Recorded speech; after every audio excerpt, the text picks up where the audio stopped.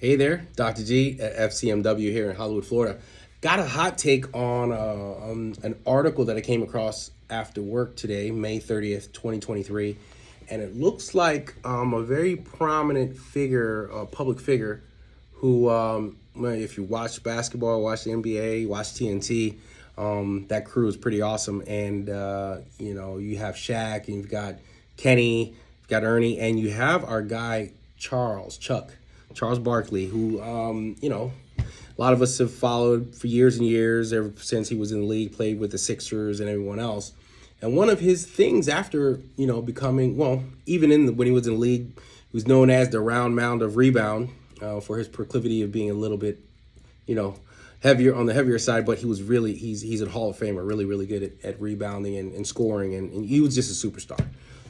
Anyway, he just apparently, it looks like last week sometime he was on Pat McAfee's show, who does a podcast. He's an ex-football player and has a pretty popular podcast.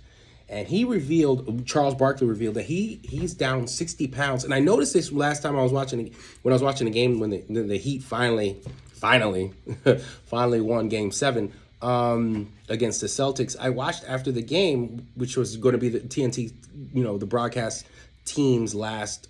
Traditionally, this their last show for every season is after the conference finals are over.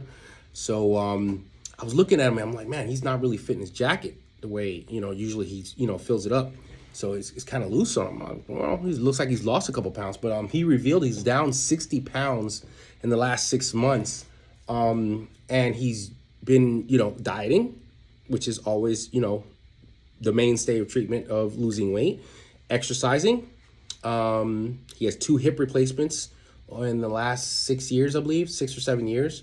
He got both of his hips replaced, and he's down 60 pounds because his doctor, he had a conversation with his doctor and started him on Mounjaro, which is one of the GLP-1 and GIP inhibitors, the one that has a dual function of GIP and GLP-1, not inhibitors, I'm sorry, I misspoke, agonists.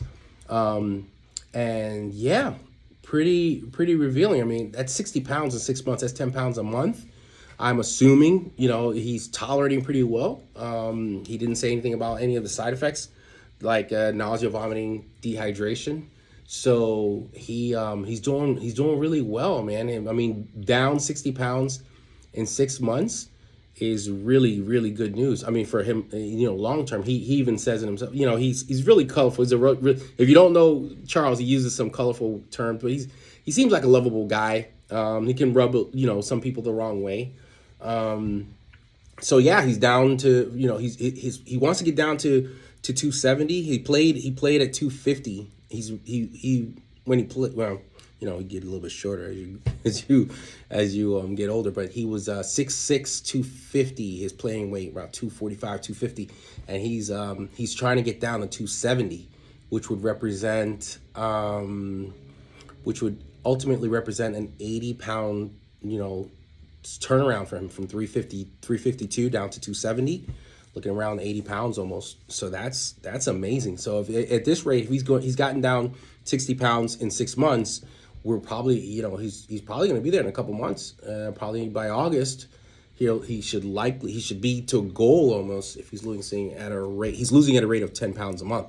So yeah, I just wanted to share that with you. Like somebody who's basically on television is just, who right before your eyes you can see I did notice that he was losing weight, but that's a drastic weight loss. I mean, that's drastic weight loss in with medication that he seems to be tolerating. I mean, I don't understand why he would be on it for this long if he wasn't tolerating the medication, right?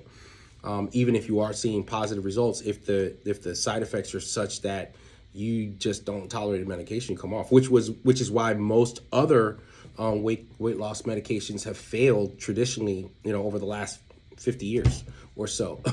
So this class of medications continues to show improvement. I thought it was really, really cool that Charles admitted on television about this.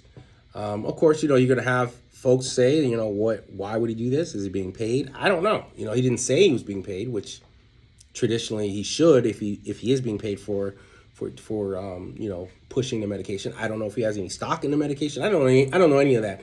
I'm just looking at the fact that he states that he's doing it to live a little bit longer. He wants to live well past the 70s. And in his own colorful language, he kind of states that there aren't many obese. He used another word, the F word, but he says there are a lot of obese young folk, but you don't see a ton of obese old folk because they all die, according to his doctor. So I agree. I mean, the older you get, the more heavy you are, the more comorbidities play a part in your overall health. So yeah, it's a good idea to get down to a decent weight, an athletic weight, something that you feel comfortable with moving around and can stay, active with without having to, sit down for hours to take a break or whatever. Cardiovascular disease, I've talked about it ad nauseum. Cardiovascular disease, cerebral vascular disease, peripheral vascular disease, renal disease. It improves everything from hypertension to diabetes to everything else that can complicate your life and your lifestyle as you get older. So obesity is a disease, and it has, negative implications over time. If you feel comfortable with heavier weights, God bless you. I mean, great.